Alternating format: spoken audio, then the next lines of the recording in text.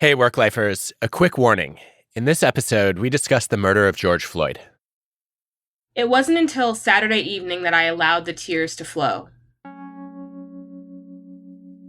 Sitting underneath a cotton candy pink sky, I put on Molly Music's Gonna Be Alright and tried to let the music soothe me. Thais Wilkins is a diversity and inclusion senior advisor at BAE Systems, the aerospace and defense company. Following the murder of George Floyd in May 2020, Thais painstakingly wrote and sent this email to the 600 members of BAE's Black Employee Resource Group, which she led at the time. All I felt was a blend of defeat and despair. I have recently thought about the Black men in my life. I have thought about my father, my partner Jason. Then I've thought about how the world does not seem to value these men. How they could no sooner end up with a hashtag in front of their names, portraits splashed across front pages for no other reason than being born with a little more melanin than others. It dawns on me how often the stories of Black women who experience this same senseless violence are completely forgotten. I share this today for no other reason than to tell you that I see you, I hear you, I stand with you, I mourn with you, I unite in our collective heartbreak. I share this today not because I have answers, but because I too am tossing and turning with questions. I believe that our words have power, our stories have strength. Our silence absolutely will not serve us. I recently read "A wound that is open cannot heal." This metaphoric wound of ours is still wide open and bleeding bright red. I want healing to take place. However, America must first learn how to stop this hemorrhaging. So right now, I feel as though I can only speak up, I can only cry out, I can only extend myself to you, hoping and believing that a change is going to come. It's rare to see an email this raw, this vulnerable, at work. It took courage to write, and even more to send. Thais's email was a watershed moment at her company. What happened next illuminates how we can start making real progress in the fight against bias at work.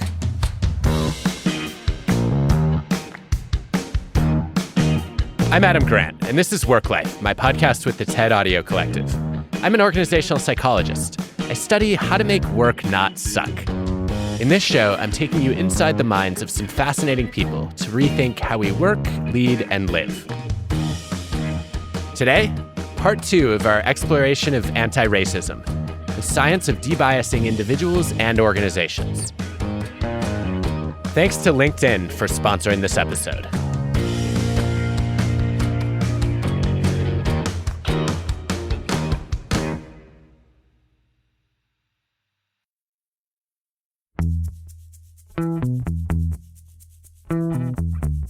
One day, a colleague came to watch me teach a class and pointed out that the first 7 students I called on were white men. I was stunned. I hadn't even noticed. Everyone has some form of bias. Some biases are conscious and intentional. But for many of us, biases hide below the surface. If I was inadvertently favoring white men, I was limiting the participation and the development of women and students of color. Employers try to solve this problem with education. Virtually all the Fortune 500 companies offer some form of anti-bias training.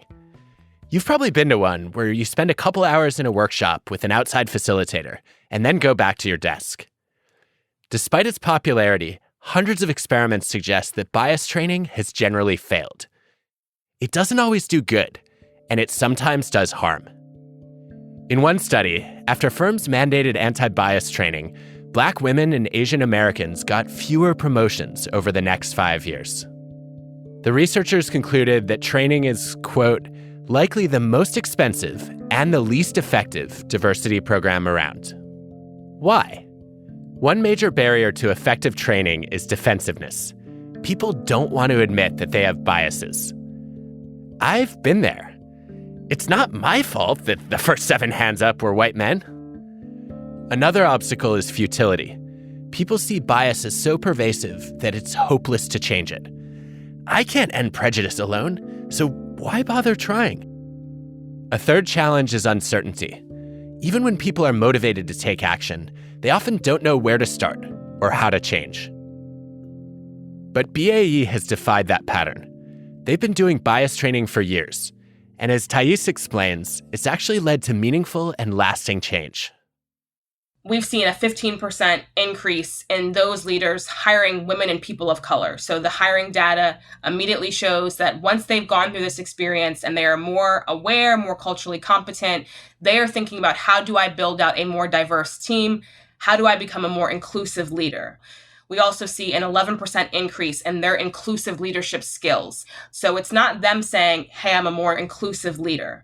It's their direct reports, the people who work with them every day, saying this person is more inclusive. So what is BAE doing differently?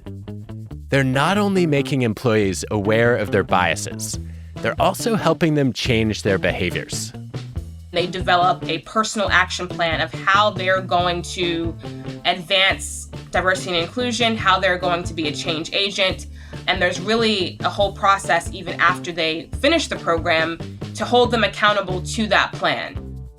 Research shows these programs are actually most effective when they focus on behavior, not just raising awareness and changing attitudes, but emphasizing what you can do. And the gold standard for sustainable behavior change is treating bias as a bad habit to break. Bias is a bigger problem than most habits. It can lead to discrimination and even violence. But like habits, biases can be mindless. In the same way that you might work to break a smaller habit, like biting your nails, you can replace your biased habits with new, healthier ones. In one experiment, when STEM departments at a university were randomly assigned to go through habit training, hiring of women increased from 32 to 47% over the next 2 years. In everyday life, we think about habits as the pairing of an external cue and a routine. The cue of alcohol at a party could activate a dangerous routine of driving home intoxicated. But you've probably learned to replace it with a safe routine of designating a driver or calling a cab. With bias, it's a little different. The cues are often internal and harder to spot, and the routines are more automatic. Remember when Serena Williams smashed her racket at the US Open in 2018? If you thought, angry black woman, that's a bad habit of stereotyping. The routine is that you've explained an individual behavior in terms of a group stereotype. A first step toward breaking that habit is to recognize stereotypes and practice different responses. You might ask yourself whether you'd evaluate the same behavior differently if it was Roger Federer or Rafael Nadal. Would it still be a meltdown and a penalty, or would it be passion? Getting rid of a bias isn't likely to happen overnight or over the course of a 2-hour training. Change requires you to continually monitor what triggers your biases and continually choose a new response. It's an ongoing process. BAE's training focuses on this kind of habit change. One of the people who went through it is Matt Weishi, an HR director. I've been working with BAE systems for over 12 years now. Prior to that, I was active duty Navy, did that for 22 years. If I had come to you when you were in the Navy, Matt, and I'd say, hey, we're going to take you through some anti-racist training, what would you have said? Probably would have been defensive. Why do I have to do that? I'm not a racist. I don't have racist ideas. I don't have biases. The training is typically a 3-day immersive experience, or at least it was before COVID. It includes homework, group exercises, Q&As, and time for personal reflection. You start Monday night, you're traveling home by Thursday night, and then Friday you better take the day off because you're not going to be able to function because you're overwhelmed, and it took a better part of months to process. What was most profound for me was understanding my privilege and living in America as a white person and what that means. And, I grew up poor. I grew up with hardships. And it's not really about what you had. It's what you don't have to give up.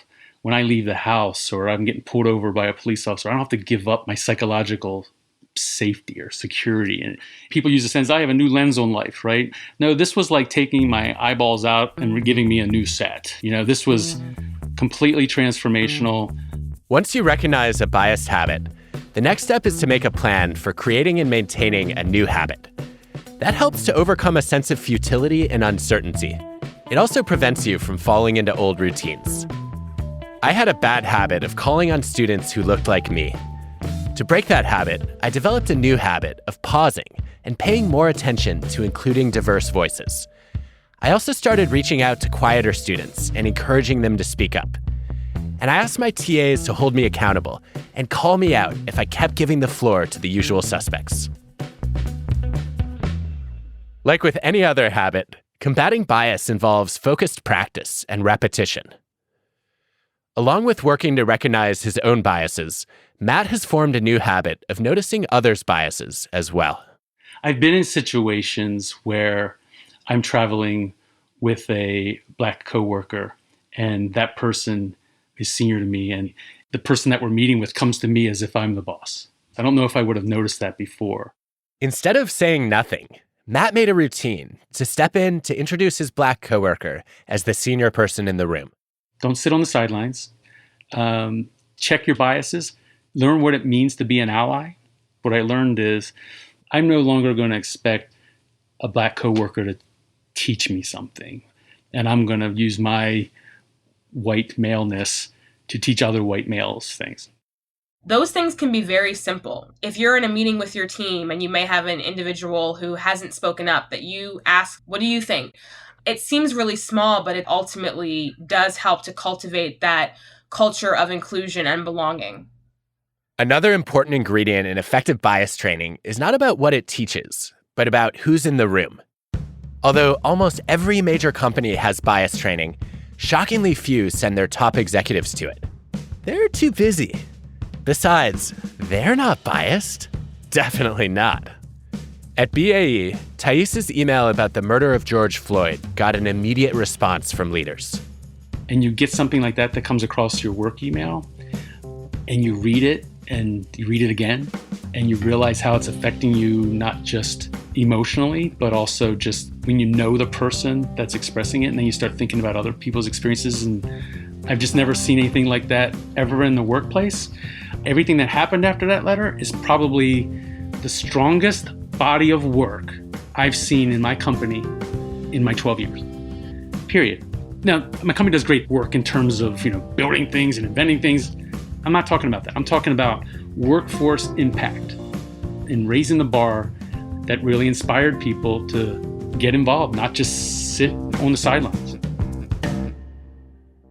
One of the first people who responded to me is someone on our senior leadership team. She was going through her own process of thinking about what can I do to be a better leader, to make this a better company for employees, particularly Black employees, recognizing that that is not the reality for them right now.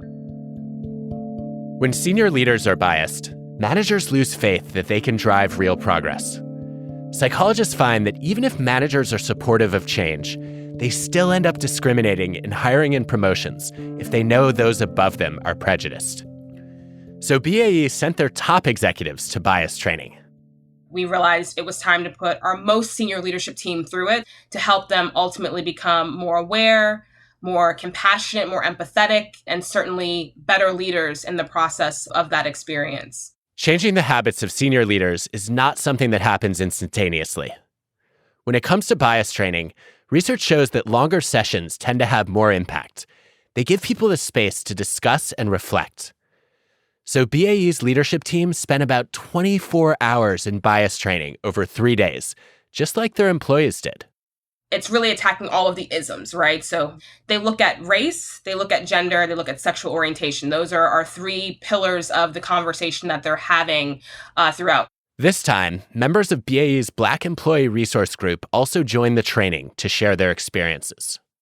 These were not examples that were just hypothetical. These were people in the company that they lead telling them these horrific things have happened to me here. So for them to have heard firsthand from Black employees in the company really just deepened their understanding of the privilege and really take responsibility for changing that in the company that I lead. The transformation doesn't end with training. It begins there. Breaking the bias habit requires ongoing efforts to understand the experiences of colleagues from marginalized groups. In over 500 experiments, interacting with someone from a different group reduced prejudice in 94% of the cases. Part of the power of intergroup interaction is that it shifts attention away from our own egos and toward concern for those who have been disadvantaged. One of my favorite examples is a recent study of Israeli and Palestinian teenagers at summer camp. Those who were assigned to the same bunk or discussion group were up to 15 times more likely to become friends. Respectful interaction became a new habit, and it helped them understand each other better. At BAE, that understanding began with a virtual town hall. About 2 weeks after George Floyd died, we had 900 people on that call. You had 900 people voluntarily join a Zoom discussion? Yes, we had 918 people join the event.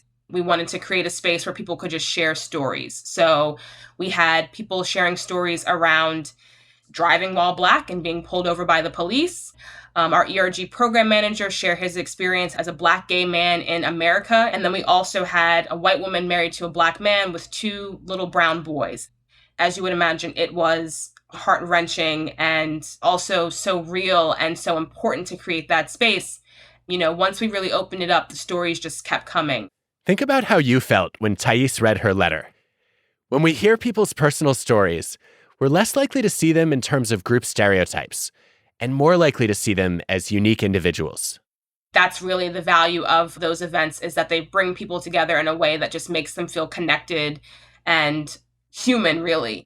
Instead of having hypothetical examples, BAE put a face to the victims of discrimination. The town halls are now a regular event. People show up not just to share, but to learn.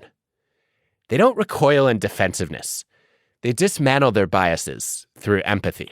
Hi, everyone. Welcome to our town hall today, Courage, Commitment. The way in which we are designing the town halls now, it's been sort of an evolution of getting more vulnerable, more brave every time we do them. So let's share stories. Let's be honest. Let's be human with each other. It's really meaningful. So thank you all for being here today.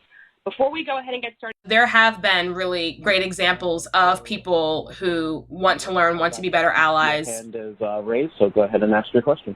On the most recent town hall, we did have an employee who spoke up and said, I'm of course an ally.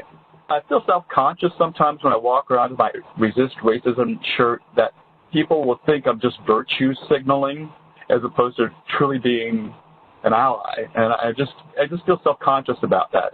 And it was amazing, the outpouring of just support that he received immediately from Black employees, from people saying, we need you to be an ally, please wear the shirt. At BAE, the intergroup interaction hasn't ended at town hall. Instead of just running one-off events and workshops, they have a series of initiatives to make anti-bias work an ongoing, lived experience. They have a Courageous Conversations program where alums of the bias training discuss race and racial equity with employees from underrepresented groups. They also have a mentoring program where they pair, say, a white manager with an employee of color. Not only mentoring that individual, but also receiving mentorship from that individual. So it's really about reciprocal, intercultural mentorship. Having a mentor makes a difference. What you might not know is that being a mentor also changes leaders. Research reveals that as white men work to support and sponsor women and minorities, they start to shed some of their stereotypes, and championing diversity and inclusion then becomes a habit. Having ongoing touchpoints is important for keeping the issues top of mind and creating momentum. And Thais is determined to maintain the momentum.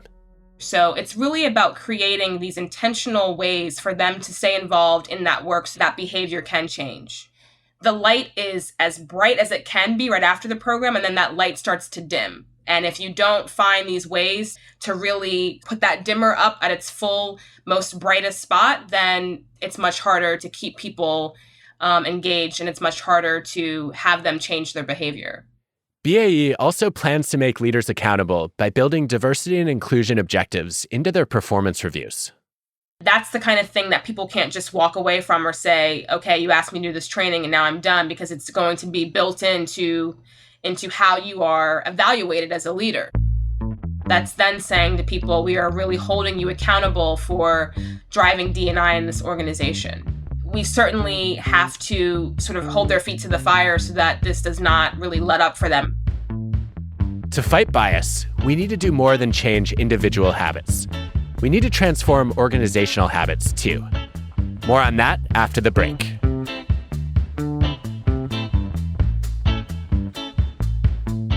Okay, this is going to be a different kind of ad.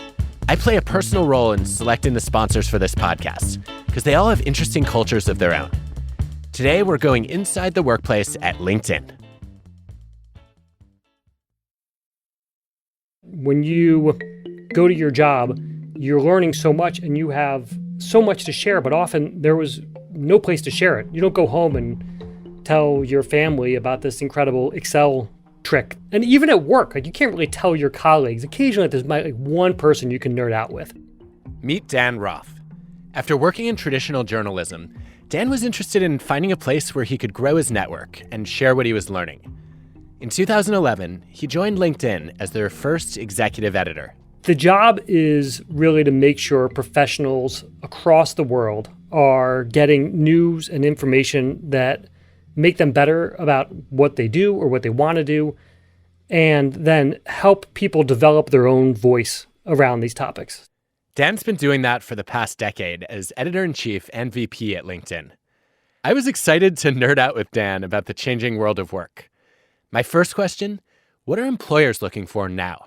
One of the most interesting trends is the move from focusing on where someone was educated to the skills that that person has. The number one most in-demand skill is always communication.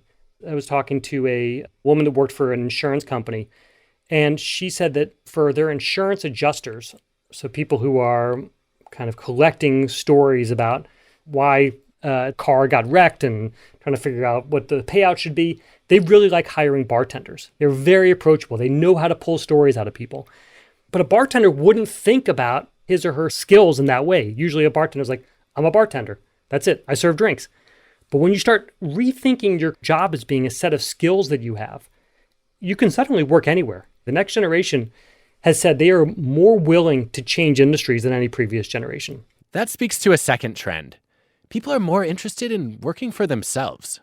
The rise of the creator economy is going to be a very big trend over the next couple of years. There are going to be new companies that spring up in this next year that are born out of the pandemic. That happens in every single recession or time of turmoil. More than 50% of professionals in the US see themselves venturing out on their own for their next role. I have to say that really surprises me because I thought with the newfound flexibility of working from anywhere that you have that sense of freedom, and you're saying the exact opposite, right? Which is people got a taste of flexibility and now they want a lot more control.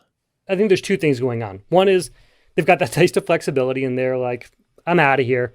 I can do this on my own. Two is that I think we realize that there are these incredible tools that are available to you to be able to build these businesses on your own. If you're not planning to strike out on your own, what should you be looking for? Every year, LinkedIn releases a list of top employers for your career, and their data reveal a third trend. One of the keys is making sure that the companies are investing in your skills. They offer opportunities to advance, a supportive culture, exposure to a diverse network, and a commitment to your learning. These companies on the list are continuously training their employees. I just hope that people will embrace how the working world has changed and use it to their advantage. If there's one takeaway, it would be that you are in control of your own career. Every day, millions of people turn to LinkedIn to learn and discuss the things that matter in their work lives. The LinkedIn news team is at the heart of that conversation, helping people stay informed and connected to trusted news and views that help us move forward. Follow the conversation at linkedin.com/news.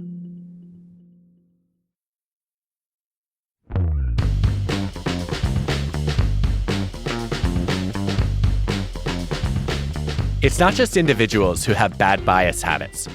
Organizations have them too. Collective patterns of discrimination that continue without questioning. They're often passed on as norms or traditions.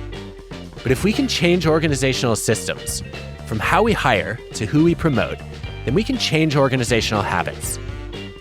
And this is a gateway to building more diverse and inclusive workplaces.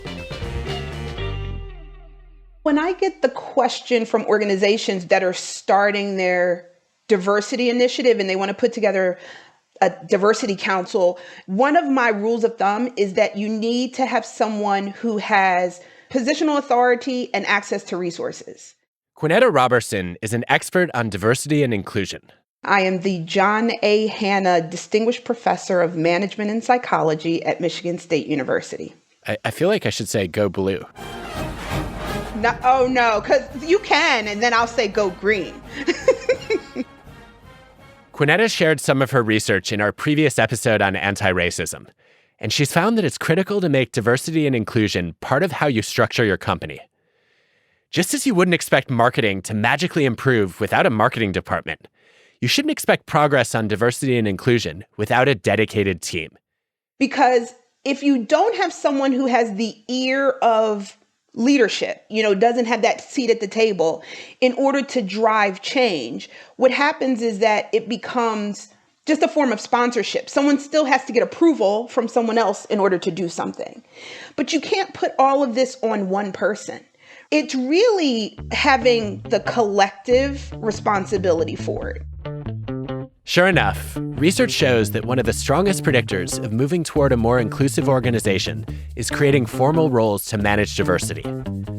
When companies appoint a chief diversity officer and other diversity managers, the representation of nearly every marginalized group in management increases over the next 5 years. Changing an organization's structure changes its composition, which can lead to a change in culture. This is a first step for fighting systemic bias. Create a management structure for diversity and inclusion, just like you would for any other function. It can't be one person's side gig. It needs to be the core responsibility of a whole team. But there's a catch. Being drafted into those diversity and inclusion roles isn't necessarily good for the broader careers of underrepresented employees. There are minority employees who are being tasked to do the work, which of course, if employees are trying to just achieve in their individual contributor roles, and now they're being asked to do this additional work, which is also the thankless work. After the murder of George Floyd, Quinetta was dismayed to see the burden of diversity work being placed disproportionately on Black employees. What happens in a lot of organizations is that employees are recognized for their demographic membership rather than some kind of unique knowledge or skill that they bring to the table. If people look at me and they're like, oh, well, she's an African-American woman, she's going to help us talk to our African-American customers and talk to our alumni, then of course that person gets marginalized, and that's what their value is seen as. It's such a shame. Okay, it's an extra burden now that you have to carry. Yeah. But you're saying it's also like the organization is kind of delegating responsibility and saying, well, this isn't our problem. You're Black. You can go fix the diversity issues. Yeah. And the other thing is, so if I am Black being asked to do racial equity work and it achieves some kind of positive outcome, are people like, well, of course, because you're Black. If it doesn't achieve the desired outcome, then people are like, isn't this what you do? Can't you do this? It would mitigate the positive effect, but exacerbate the negative effect. Dumping non-promotable tasks on marginalized groups is a bad organizational habit. But there are ways to mitigate this. To change the habit, you can audit who gets the strategic, visible projects and who's stuck with the mundane, thankless tasks. This is a second step for fighting systemic bias. Allocate work equitably. Consider the job of being an airport security screener. A study at TSA revealed that tasks were segregated by gender. Women were systematically assigned tasks that used fewer skills and were more emotionally and physically exhausting. Why? It turns out women were stuck doing most of the pat-downs. Meanwhile, men were free to rotate into different roles and learn a variety of skills.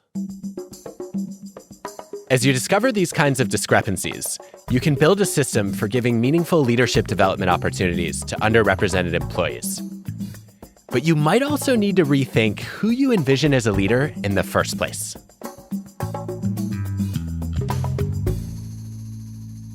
I recently accepted the position as Senior Associate Dean. If you walk outside my office, there is an immediate hallway. That hallway is lined with 6 pictures of previous deans, all 6 white men. If I had aspirations of being a dean, what type of motivation would that be for me? I am a Black woman, and I strongly identify with both my race and my gender. Meet Ashley Shelby Rosette, a management professor at Duke's Fuqua School of Business. Ashley started her career in accounting, but she's now one of the world's foremost experts on the intersection of leadership and diversity. She studies how stereotypes and bias influence who becomes a leader and who succeeds as a leader. If you look at the Fortune 500 CEOs as recently as 2018, the number of women was about the same as the number of men named John. Racial minorities aren't represented well either. Today, only 6% of Fortune 500 CEOs are Asian, Latinx, or Black. You got here because white men continued to hire white men. White men continued to promote white men. White men continued to support white men in these corporate structures. These are bad organizational habits, and they have real implications. Research suggests that diversity at the bottom may not enhance inclusion or performance unless you have diversity at the top. And why is racial diversity so rare at the top? One of Ashley's first major research papers was on who we expect to lead. Previous studies had documented a male prototype in leadership, meaning when people thought of a leader, they imagined a man. Ashley and her colleagues took this a big step further. We found that when reading about a leader or reading about a non-leader, that our participants perceived the leader to be white more so than they perceived the non-leader to be white. So you say leader, I immediately picture a white person, not just a man. Adam, this occurred regardless of the industry chosen or the comparative, if you will, racial minority. We evaluate leaders against a white standard. Ashley and her colleagues tried to make that effect go away by telling people that most of the leaders in that particular company or industry were not white. But it didn't work. So base rates. We told them 20% of the leaders are white, 80% are Black, 80% are Latinx, 80% are Asian. They still perceived the leader to be white more so than non-leaders. Okay, so another question on the white standard is whether this applies also to people who are non-white doing the evaluation. So we had an ample amount of individuals that were Black, Latinx, and Asian. All of them still also had this bias towards this white standard of leadership. So it was not moderated by the race of the participant. So many of the leaders that I've read about, that I've seen, that I've been exposed to are white. But I also think that some of our leadership archetypes are Black. I think about MLK, Nelson Mandela, Barack Obama. So you mentioned a few, right? But you could probably mention thousands of white male leaders. The schematic representation of our mind of what a leader is white. And it's because of what we have been exposed to over and over and over again. Independent efforts to replicate this research are exploring whether a white standard of leadership has changed over time. Some of Ashley's new experiments suggest that people may not be aware of their expectations for leaders to be white, and may expect employees at lower levels to be white too. We have to ask what this means for those individuals that don't have the characteristics of that prototype when they attempt to occupy these roles or when they are occupying. If you walk into a meeting and you see a Black woman and you are expecting to see a white man, what does that then do to the dynamics? What type of standard do we hold her to? And does she face different consequences if she succeeds or fails? For another experiment, Ashley and her colleagues asked people to rate leaders in identical roles, varying whether they were described as male or female, white or Black, and running companies that were thriving or struggling. So the most positively evaluated individual we found in our research were white men who were successful. It has to do with the notion of valence. White, we're good. Man, we're good. Success, we're good. But we found that the counter was also the case, and that is Black women who failed were evaluated the most negatively. Black, not good. Woman, not good. Failure, not good. These kinds of prototypes can prevent people of color from getting into leadership roles. So it sounds like if I'm a white man and I fit the prototype of a leader and I succeed, then I get a bonus for that. And if I'm a Black woman and I've failed to match both of those prototypes, I'm in big trouble if I don't succeed. That would be an accurate way of describing our findings. The implications are exceptionally far-reaching and exceptionally consequential. What structural and cultural changes do we need in organizations so that women and people of color can finally advance into leadership? So change necessitates a commitment. Resources need to be added to those commitments. It necessitates the devotion to stay the course in the face of criticism. But the hardest part is to stay the course, when those tomatoes are being thrown at you. Habits are defined by consistency, staying the course even when there's backlash, which is a particular responsibility for those of us with racial and gender privileges. Research shows that as a white man, it's easier for me to advocate for diversity and inclusion. I am going to be perceived as an advocate because my skin and because my gender are subordinated in nature. So I'm going to be perceived as having an agenda. You, however, as a white man, you have no skin in the game.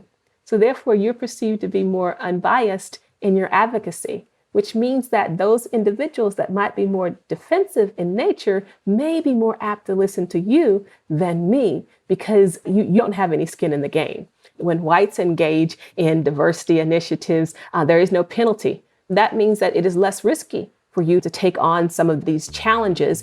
And one consistency that we've seen in report after report after report after report, individuals leave these organizations because they don't feel supported. They don't see a way through it. So it is fundamentally about support. Not much is going to change. Just because you bring people in, it's that you actually need to support them. But it looks like doing something different than what you have done before.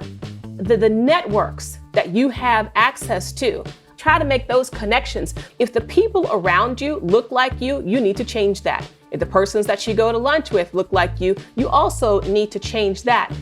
Support looks like endorsing and sponsoring and mentoring those that are different from you.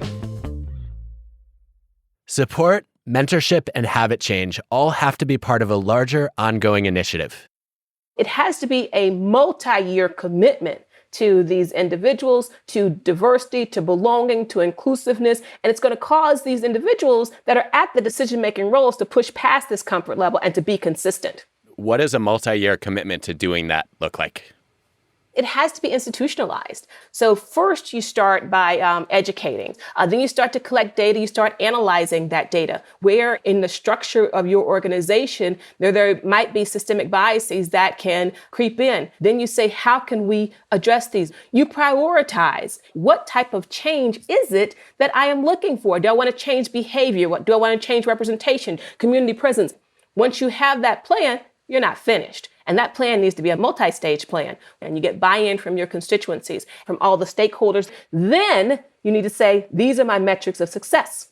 And once you have done that, you implement your plan. You see what works, you see what doesn't work, and then you adjust. And then you implement that different plan the next year. Ashley says this type of work is a marathon, not a sprint.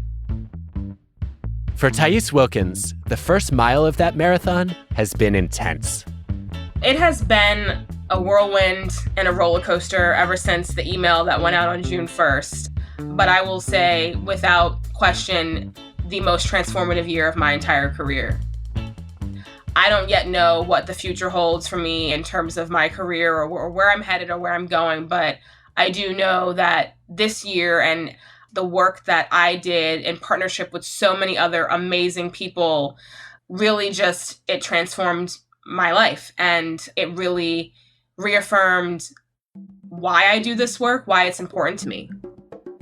I think the email that I sent became the tipping point, the sort of rallying cry to the organization of something here has to change. The motivation for change may start from the bottom or the middle, but it's up to those at the top to provide the authority and the accountability. Fighting bias and promoting inclusion has to be central to the work of the organization. It can't be a passing fad. It has to be a way of life for all of us. For Thais, what's making the change feel real is the response from senior executives. They'll say, hey, I just heard you speak on the town hall. I just wanted to reach out. I'm here for you. And it's those really personal interactions that to me say something here is different, right? Because there is no obligation to reach out to an employee when you're a leader and say any of that. All of those small exchanges, they're micro, but they represent something that's much more macro to me, which is the change that's happening. However, I'm cautiously optimistic that I do want to see this be sustained. It has to outlast some of the people who are even starting the work.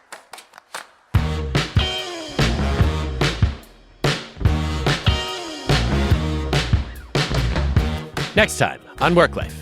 For years, I knew workers needed paid time off. But to have a group behind you, it makes a huge difference. Employee activism is on the rise. But how can people use their voices effectively? And how can leaders manage all those voices? WorkLife is hosted by me, Adam Grant. The show is produced by TED with Transmitter Media. Our team includes Colin Helms, Greta Cohn, Dan O'Donnell, Constanza Gallardo, Grace Rubenstein, Michelle Quint, Ban Cheng, and Anna Phelan. This episode was produced by Joanne DeLuna. Our show is mixed by Rick Kwan. Our fact checker is Paul Durbin. Original music by Hansdale Sue and Allison Leighton Brown. Ad stories produced by Pineapple Street Studios. Special thanks to our sponsors: LinkedIn, Logitech, Morgan Stanley, SAP, and Verizon. For their research on bias training, gratitude to the following researchers and their colleagues: Kate Bezrikova, Frank Dobbin, Alexandra Kalev, Michelle DeGuide, Melissa Thomas Hunt, Edward Chang and our team, and Trish Devine on Bias as a Habit. Also, Andrea Vial on Gatekeepers, Thomas Pettigrew, Linda Tropp, and Shannon White on Intergroup Contact, Orlando Richard on Racial Diversity Congruence, David Heckman, Stephanie Johnson, Danielle Gardner, and Anne-Marie Ryan on Promoting Diversity, and Ashley Rosette and her collaborators Robert Livingston, Ella Washington, Jeff Leonardelli, and the late, great Kathy Phillips.